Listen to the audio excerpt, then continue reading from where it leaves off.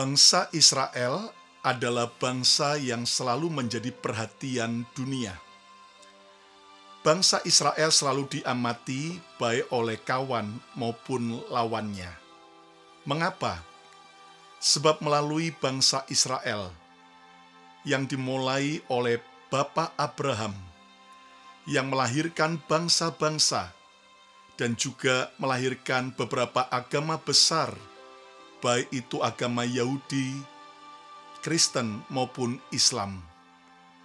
Tentunya kita berdoa agar semua keturunan Abraham bisa rukun dan damai. Namun kenyataannya sering terjadi gejolak, permusuhan, bahkan peperangan. Sebagai orang percaya, kita diajar untuk mendoakan dan memberkati bangsa Israel serta bangsa-bangsa yang lain. Kita berdoa agar Israel diberkati dan semakin menjadi berkat. Namun Alkitab mengingatkan agar Israel dan semua kita waspada, sebab ada dosa-dosa yang bisa menghancurkan Israel dan semua manusia. Israel perlu Yesus. Semua bangsa memerlukan Yesus. Kita semua juga membutuhkan Yesus, Sang Juru Selamat. Jika Anda setuju, ayo coba katakan, saya perlu Yesus. Coba katakan, saya perlu Yesus. Selamat berjumpa kembali semua sahabat Mesbah Mujizat. Salam sukacita, salam kebahagiaan, dan salam mujizat. Senang sekali hari ini saya Pastor Lukas Kusuma boleh melayani saudara dari kota Philadelphia di Pennsylvania, Amerika. Setiap hari jalani hidup ini bersama dengan Tuhan, maka pertolongan, pembelaan, serta anugerah Tuhan pasti nyata dalam hidup kita. Hari ini sebelum kita belajar akan kebenaran firman Tuhan, mari kita akan merendahkan diri kita. Mari memuji dan menyembah Tuhan bersama dengan BMC Worship. Kita perlu mengasihi Yesus, sebab Yesus sudah sangat mengasihi kita.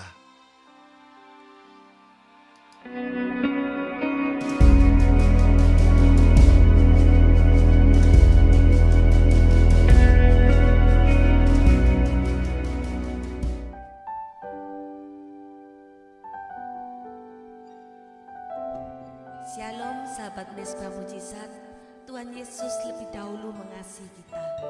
Biar kita lebih sungguh-sungguh mengasihinya, kita mau menyenangkan hatinya melewati setiap pujian dan penyembahan kita. Haleluya.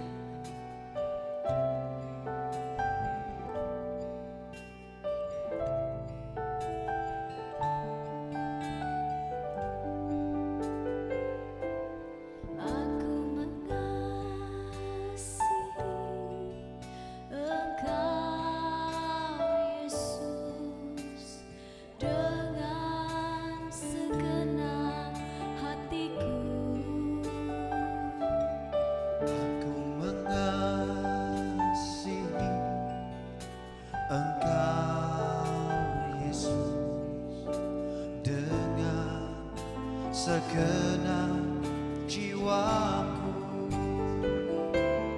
aku mengasihi Engkau Yesus dengan segenap hatiku. Aku mengasihi Engkau Yesus dengan segenap jiwaku.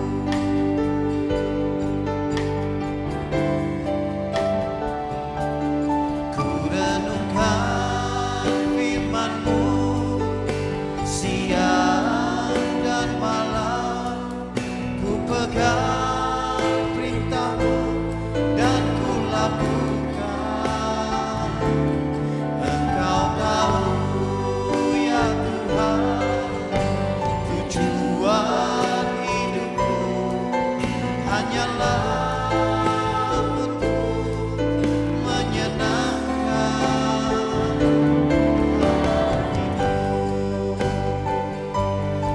katakan ku renungkan firman-Mu. Firman-Mu itu Tuhan yang membuat jalan-jalan kami benar Tuhan. Kami mau terus taat Tuhan. Kami mau lakukan Tuhan firman-Mu. Terima kasih Tuhan. Tujuan hidupku hanyalah untuk menyenangkan hati-Mu. Mari angkat suaramu katakan, renungkan firman-Mu ya Tuhan. Firman-Mu itulah kesukaan kami Tuhan. Kami pegang Tuhan, kami lakukan Tuhan. Engkau tahu ya Tuhan, tujuan hidupku hanyalah untuk menyenangkan hati-Mu.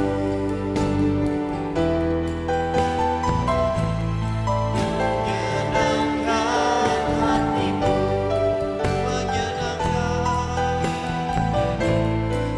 menyenangkan hati-Mu. Oh, ini hidup kami, Yesus. Kami mau senang memuliakan-Mu, Yesus.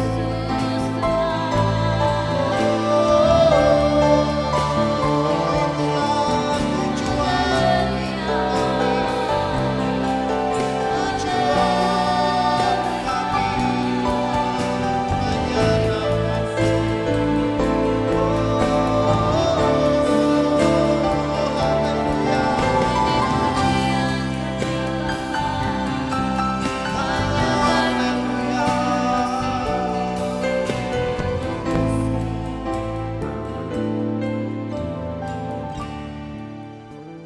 Demikian firman Tuhan. Jangan marah karena orang yang berbuat jahat. Jangan iri hati kepada orang yang berbuat curang.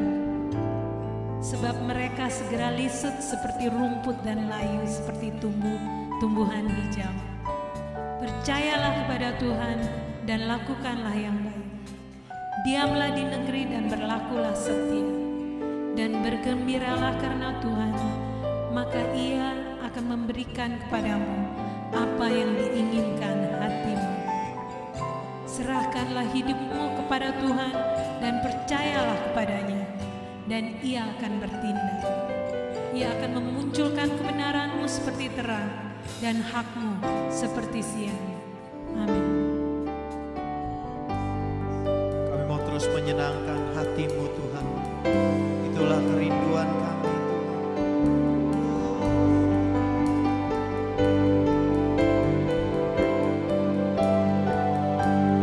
menyenangkan-Mu, senangkan-Mu. Hanya itu kerinduanku. Menyenangkan-Mu, senangkan hati-Mu. Hanya itu kerinduanku. Yang mau menyenangkan hatinya katakan, kami mau terus menyenangkan hati-Mu Tuhan,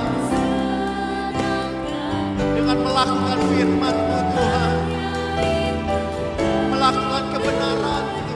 Amin. Menyenangkan-Mu, senangkan hati-Mu. Hanya itu kerinduanku. Mari yang mau menyenangkan hati Tuhan sama-sama lagi-lagi katakan, menyenangkan-Mu. Amin. Senangkan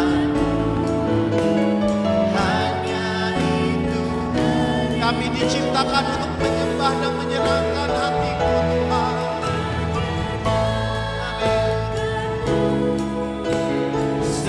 Senangkan hatimu, hanya itu kerinduanku. Sekali lagi katakan, menyenangkanmu.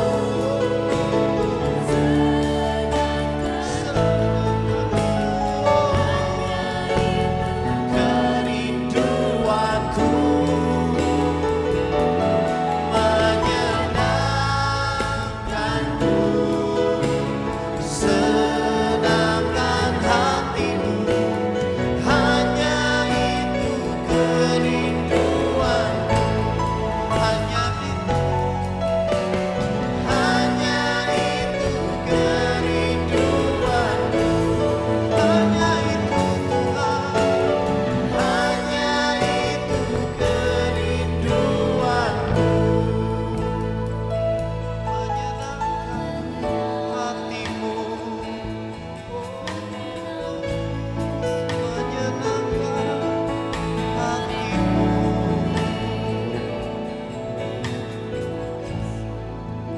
Kami mau terus menyenangkan hatimu Tuhan. Bukan kata-kata yang indah, bukan pujian yang indah Tuhan, tapi melakukan firman-Mu Tuhan. Itulah yang menyenangkan hatimu Tuhan. Terima kasih Bapa, terima kasih. Kami siap mendengarkan firman-Mu. Di dalam nama Tuhan Yesus sama-sama katakan amin. Amin, amin. Menyenangkan-Mu, itulah kerinduan kami ya Tuhan. Itulah pujian yang sudah kita naikkan bersama dengan BMC Worship. Jika Anda setuju, ayo coba ketiklah, katakan, aku mau menyenangkan Tuhan. Saya kembali menyapa bagi semua sahabat Mesbah Mujizat, dimanapun Anda menyaksikan program ini. Kiranya kasih karunia Tuhan berlimpah dan menyertai setiap kita. Dan jika Anda diberkati oleh program Mesbah Mujizat ini, jangan lupa Anda bisa share kepada teman-teman saudara, supaya makin banyak orang juga diberkati. Dan jangan lupa untuk komen yang baik, serta pencet jempolnya, like-nya sekarang juga, dan juga subscribe YouTube channel Bethany Miracle Center, dan juga pencet loncengnya, supaya Anda mendapat notification setiap kali ada penayangan-penayangan baru dari YouTube Bethany Miracle Center. Hari ini, saudara sekalian, saya rindu untuk menyampaikan sebuah kebenaran firman dengan tema 5 dosa yang bisa menghancurkan Israel. Tentunya kita berdoa agar Israel diberkati dan terus menjadi saluran berkat. Namun, saudara sekalian, ternyata Alkitab mengingatkan, bukan hanya Israel, tapi semua kita bisa hancur jika kita melakukan 5 dosa. Nah, ada yang protes, mengapa Tuhan memilih bangsa Israel sebagai bangsa pilihannya, padahal ada banyak kesalahan dan kekurangannya. Sebagai bangsa pilihan Tuhan, Israel bukanlah bangsa yang sempurna, sehingga Israel mempunyai banyak kelebihan, tapi juga kekurangan, banyak kebaikan, tapi juga banyak kesalahan. Hal ini mengajarkan tentang kasih Tuhan yang sebenarnya tidak layak diterima oleh Israel maupun kita. Tetapi hanya karena anugerah Tuhan, maka kita diselamatkan, kita dicintai di dalam Kristus. Nah, Tuhan memilih kita juga yang percaya Yesus sebagai Israel rohani karena anugerahnya. Bagi Anda yang menyaksikan program ini, mari bukalah hatimu, terima Yesus sebagai Tuhan dan Juru Selamat. Karena Yesus memberi kepastian akan keselamatan. Yang setuju, ayo coba ketik, katakan, hanya Yesus yang memberi kepastian keselamatan. Tuhan mau kita belajar dari bangsa Israel dengan tidak mengulangi dosa-dosa yang pernah mereka lakukan. Sebuah pesan yang ditulis oleh Rasul Paulus di Perjanjian Baru tentang apa yang menjadi pelajaran penting bagi kita melalui sejarah bangsa Israel. Lihat di dalam 1 Korintus 10 ayat yang ke-6. Paulus berkata, semuanya ini telah terjadi sebagai contoh bagi kita untuk memperingatkan kita supaya jangan kita menginginkan hal-hal yang jahat seperti yang telah mereka perbuat. Kalau Anda baca konteks 1 Korintus 10 ini, Paulus sedang membicarakan tentang bangsa Israel yang waktu itu dipimpin oleh Musa keluar dari tanah perbudakan Mesir menuju kepada tanah perjanjian. Semua ini telah terjadi sebagai contoh bagi kita dan memperingatkan kita. So sekalian, perjalanan bangsa Israel dari Mesir menuju ke tanah perjanjian harus menjadi contoh, harus menjadi peringatan bagi kita agar kita mencontoh apa yang baik dari Israel, namun menjauhi apa yang salah dari bangsa Israel. Nah, Alkitab secara terbuka menuliskan ada 5 catatan dosa bangsa Israel yang bisa menghancurkan. Tuhan tentunya sayang Israel. Tuhan juga sayang bangsa-bangsa. Tuhan juga sayang Palestina. Tuhan juga sayang setiap kita. Tentunya kita harus belajar mengerti bahwa jangan sampai kita hidup hancur gara-gara kita terjebak dengan dosa. Nah, kita akan mulai pelajaran kita hari ini. Saudaraku, ada 5 catatan dosa Israel yang harus kita hindari. Yang pertama, Alkitab mengatakan yaitu keinginan jahat. Dosa keinginan jahat bisa menghancurkan Israel dan menghancurkan setiap kita. Mari kita lihat dalam 1 Korintus pasal 10 ayat yang ke-6. Nanti saya sarankan Anda bisa baca seluruh daripada 1 Korintus 10 supaya Anda bisa jelas mengerti. Paulus berkata, semuanya ini telah terjadi sebagai contoh bagi kita untuk memperingatkan kita supaya jangan kita menginginkan hal-hal yang jahat. Jangan menginginkan hal-hal yang jahat seperti yang telah mereka, Israel, perbuat. Sebagai makhluk hidup, tentunya setiap kita punya keinginan, kehendak, dan kemauan.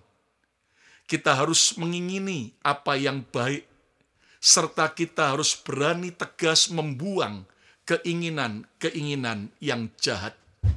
Saudara, dosa pertama yang bisa menghancurkan Israel dan setiap kita adalah keinginan jahat.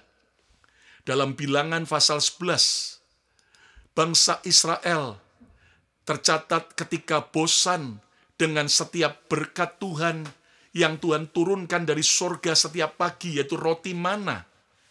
Saudaraku, lalu mereka mulai kemudian merasa bosan dan mereka minta kepada Musa supaya mereka bisa makan daging. Akhirnya semua kerutuan itu didengar oleh Tuhan. Lalu Tuhan mengirimkan begitu banyak ribuan bahkan jutaan burung-burung puyuh yang ternyata terbang pendek.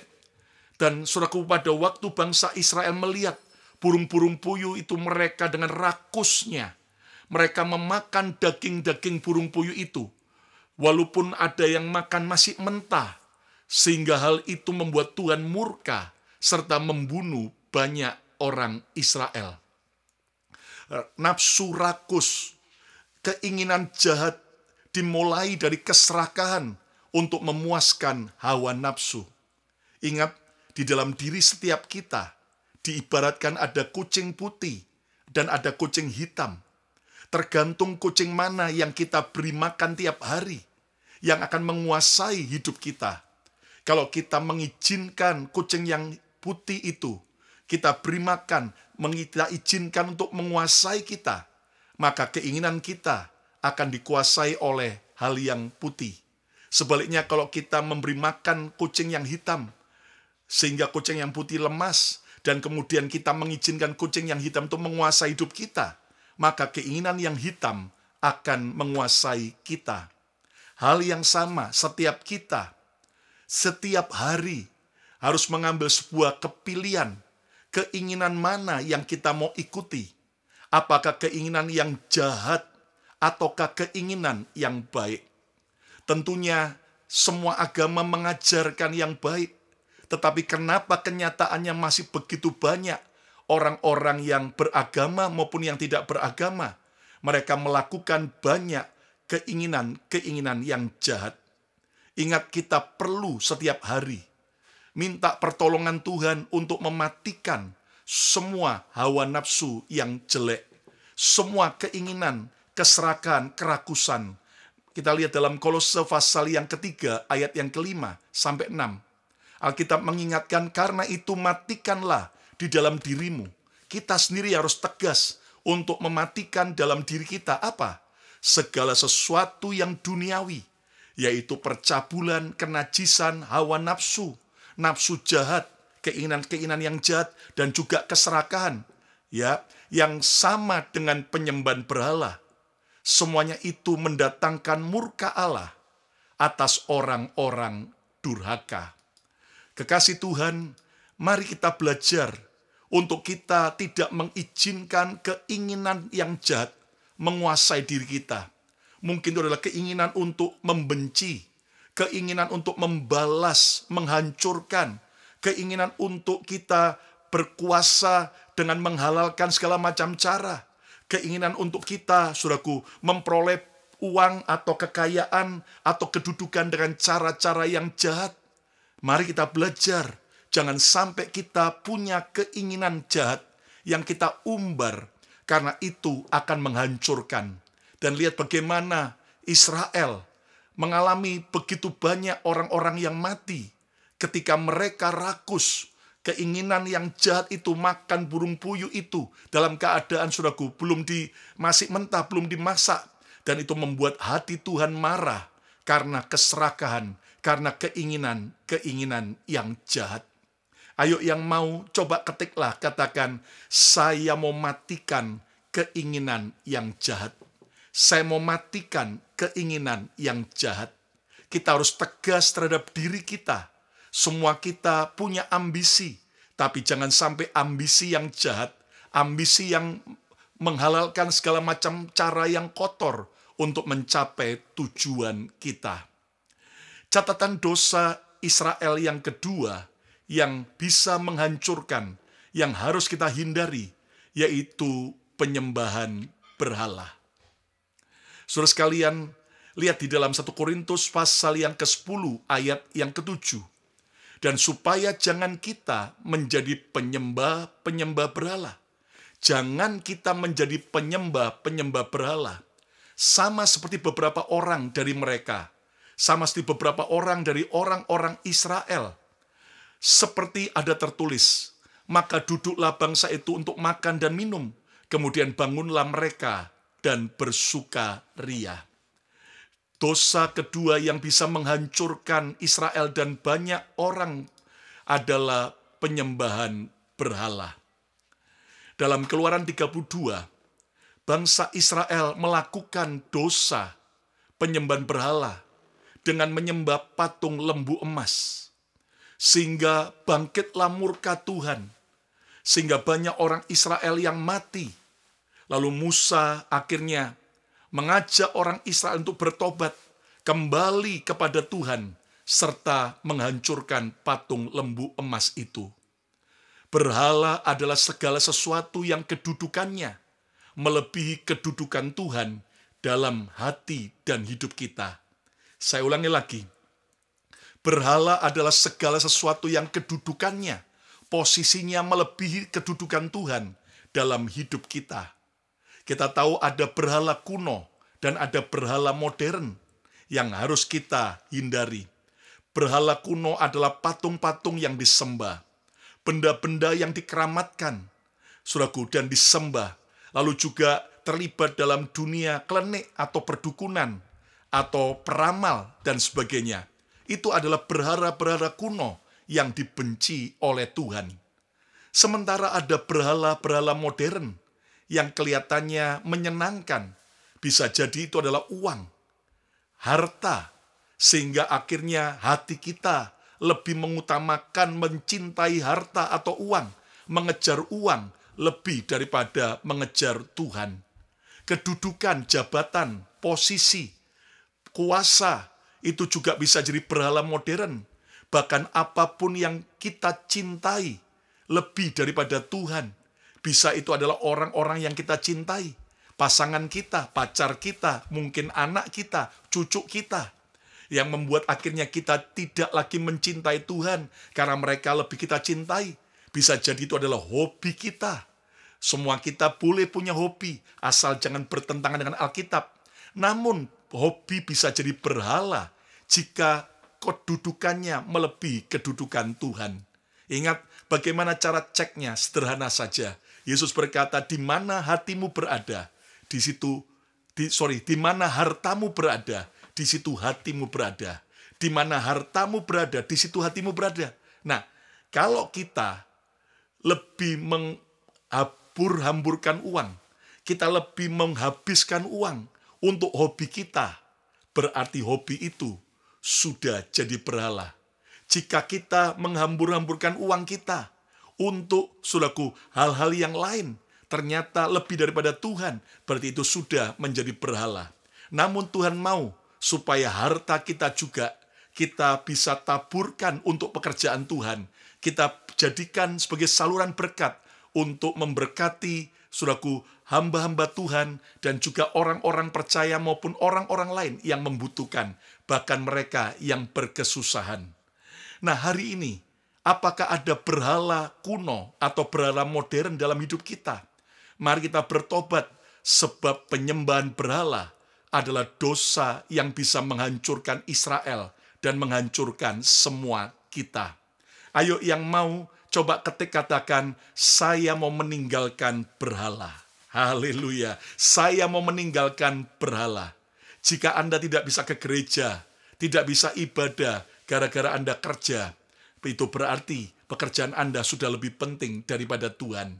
Jika Anda ternyata tidak bisa ke gereja melayani Tuhan gara-gara Anda harus jaga cucu, gara-gara Anda mungkin melakukan hobi Anda, berarti itu sudah jadi berhala. Tinggalkan berhala supaya hidup kita tidak dihancurkan, namun justru mengalami berkat yang ajaib. Yang ketiga, Alkitab mencatat dosa Israel yang harus kita hindari, yang bisa menghancurkan Israel dan banyak orang lain adalah dosa percabulan. Lihat di dalam 1 Korintus pasal yang ke-10 ayat yang ke-8. Janganlah kita melakukan percabulan seperti yang dilakukan oleh beberapa orang dari mereka, dari orang Israel. Sehingga pada satu hari telah tewas 23.000 orang. Wow, dosa percabulan telah menyebabkan satu hari orang Israel, saudaraku, mengalami kematian 23.000 orang. So sekalian, mari kita belajar, kita harus waspada dengan yang namanya dosa percabulan. Karena dosa percabulan bisa menghancurkan banyak hal. Lihat berapa banyak keluarga hancur karena percabulan. Lihat berapa banyak pemimpin-pemimpin jatuh karena percabulan. Lihat ternyata begitu banyak generasi muda hancur gara-gara percabulan. Bahkan ada gereja hancur gara-gara percabulan. Nah, dalam Bilangan pasal 25, Alkitab mencatat bangsa Israel suatu kali melakukan perjinahan dengan para wanita-wanita Moab yang mengajak mereka untuk menyembah berhala. Hal itu terjadi atas ide Nabi Bileam kepada Raja Balak dari Moab, sehingga Tuhan murka atas bangsa Israel dan membunuh 23.000 orang. Percabulan atau perjinahan itu sesuatu dosa yang bisa menghancurkan. Percabulan bisa terjadi secara fisik, tetapi juga bisa terjadi secara psikis atau di pikiran. Ingat baik-baik, seks diciptakan Tuhan hanya untuk pasangan suami istri yang telah disatukan dalam pernikahan yang kudus. Saya ulang lagi, seks diciptakan Tuhan hanya untuk pasangan suami istri yang sudah disatukan dalam pernikahan yang kudus. Seks di luar pernikahan itu artinya adalah percabulan atau perjinahan.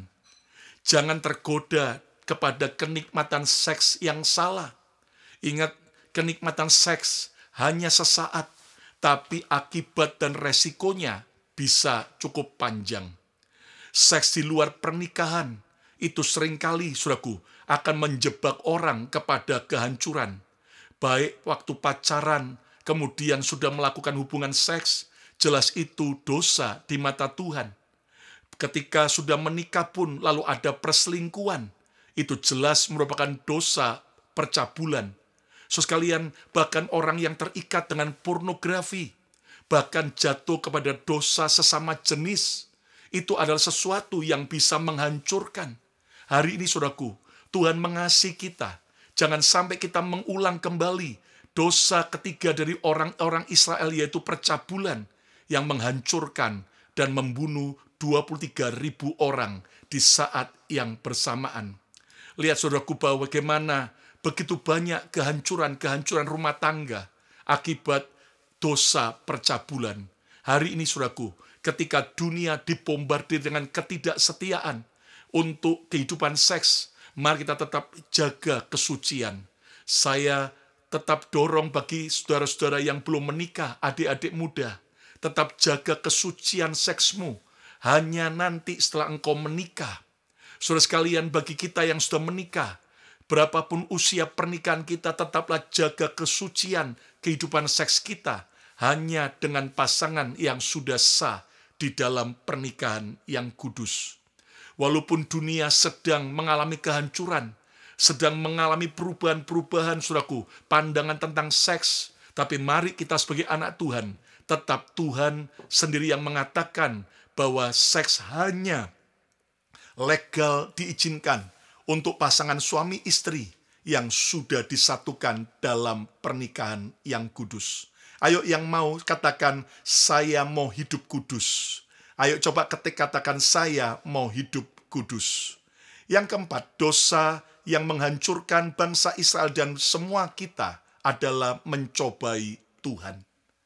Dosa mencobai Tuhan kelihatannya sepertinya biasa-biasa. Kelihatannya nggak separah percabulan. Tapi ternyata ini juga sangat berbahaya. Kenapa? Coba lihat dalam 1 Korintus 10 ayat yang ke-9. Dan janganlah kita mencobai Tuhan. Dan janganlah kita mencobai Tuhan. Ayo coba katakan, saya tidak boleh mencobai Tuhan. Saya tidak boleh mencobai Tuhan. Dan janganlah kita mencobai Tuhan seperti yang dilakukan oleh beberapa orang dari antara mereka, dari orang Israel, sehingga mereka mati dipagut ular. Kekasih Tuhan, dalam Keluaran pasal yang ke-17, dikisahkan bagaimana bangsa Israel marah kepada Tuhan dan bertengkar. Mereka berontak kepada Musa dan juga kepada Tuhan, akibat orang Israel haus, tidak mendapatkan air untuk diminum di perjalanan di padang gurun itu. Lalu Tuhan akhirnya memerintahkan Musa untuk memukulkan tongkatnya ke gunung batu. Sehingga Tuhan membuat mujizat, keluarlah air yang begitu berlimpah untuk diminum. Itulah peristiwa bangsa Israel mencobai Tuhan. Mencobai Tuhan adalah sikap tidak mempercayai Tuhan. Mencobai Tuhan adalah sikap marah terhadap Tuhan. Sikap menentang keputusan Tuhan. Dosa mencobai Tuhan adalah sikap berontak kepada Tuhan. Hari ini, jangan pernah lagi kita berontak melawan Tuhan. Jangan pernah lagi Anda mencobai Tuhan, sebab itu akan membawa dan mendatangkan kematian dan kehancuran. Waktu itu Tuhan kirimkan ular-ular tedung untuk membunuh orang-orang yang mencobai Tuhan. Jangan pernah lagi marah dan berontak melawan Tuhan. Walaupun mungkin kau sedang lewati masa sulit, walaupun hidup sepertinya tidak adil, namun jangan pernah marah, kecewa, dan berontak kepada Tuhan. Teruslah percaya, teruslah setia kepada Tuhan, teruslah berada di jalan Tuhan, dan tak akan pernah terlambat orang-orang yang setia. Pertolongan Tuhan tak pernah terlambat bagi saudara dan saya. Tidak lagi mencobai Tuhan, itu terekspresi dengan apapun yang Tuhan perintahkan. Kita berkata, yes boss, yes sir.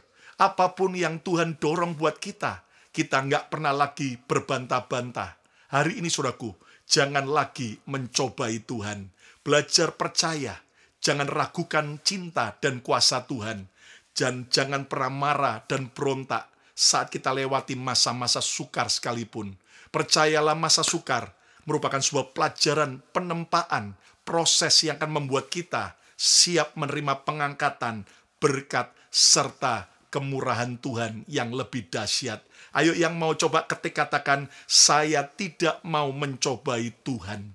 Saya tidak mau mencobai Tuhan.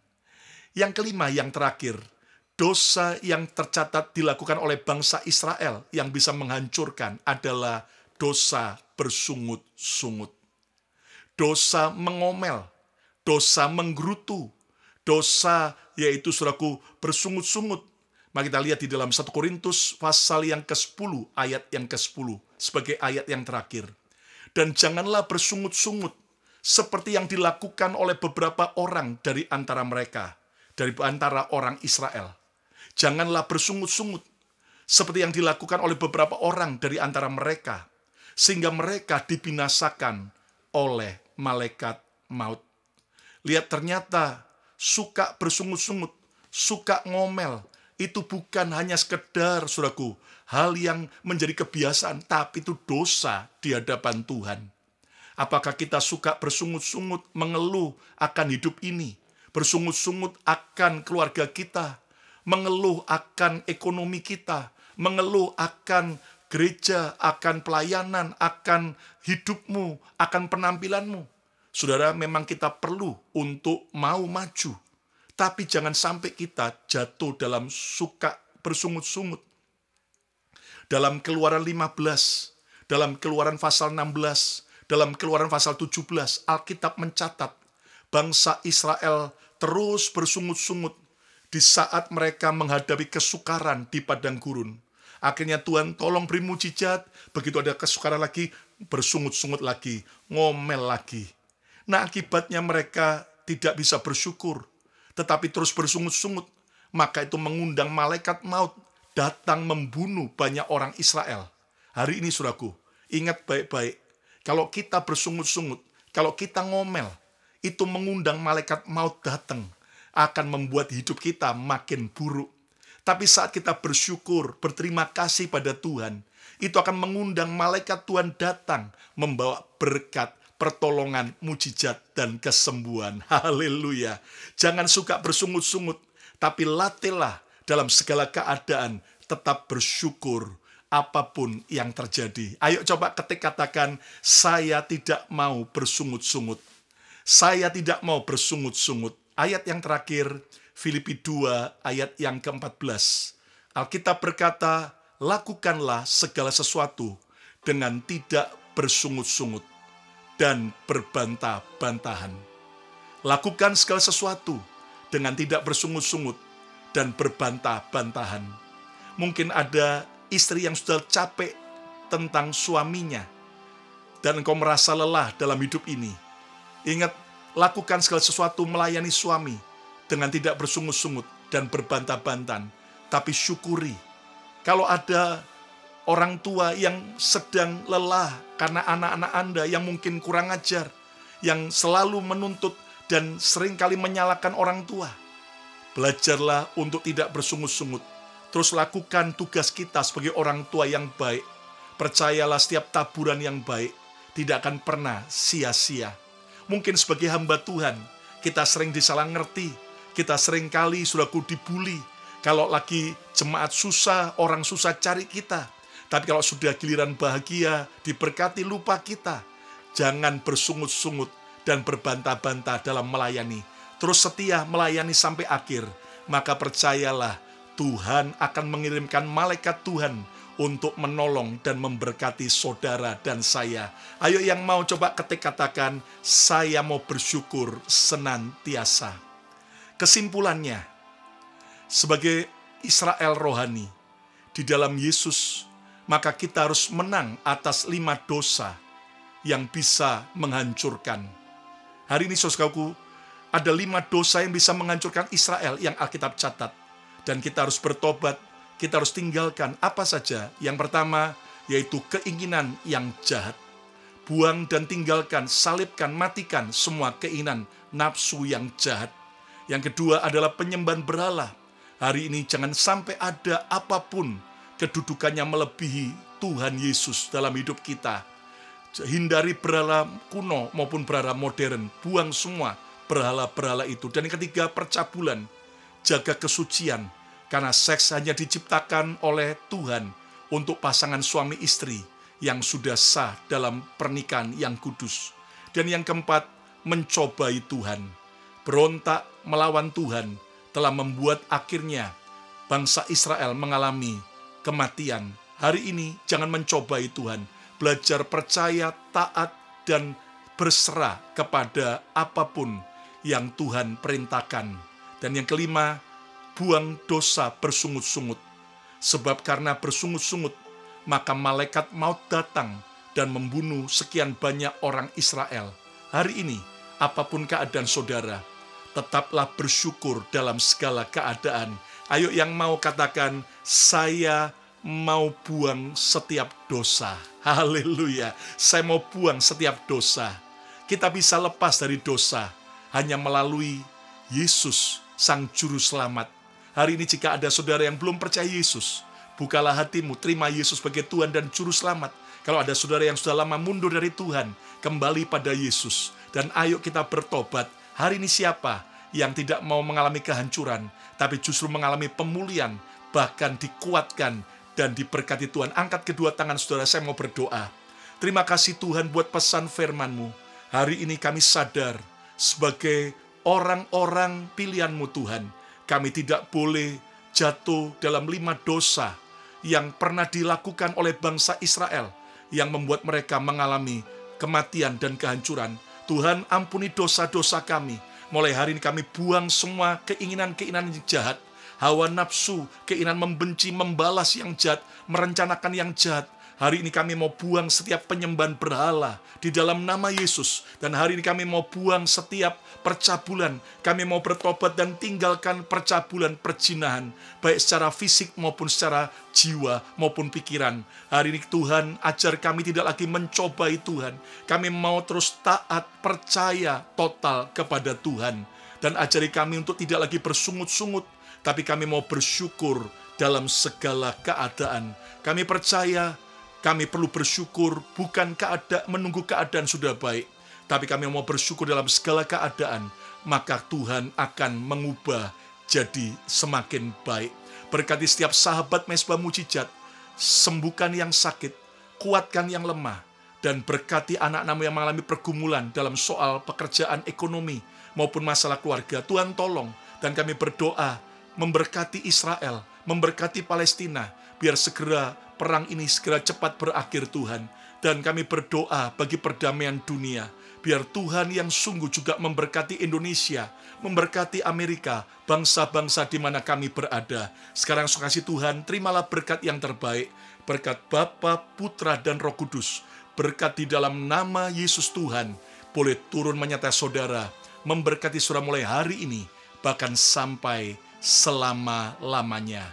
Yang percaya diberkati Tuhan, sama-sama katakan, amin, amin, amin. Puji Tuhan. Ayo yang mau coba ketik katakan, saya mau hidup kudus di hadapan Tuhan.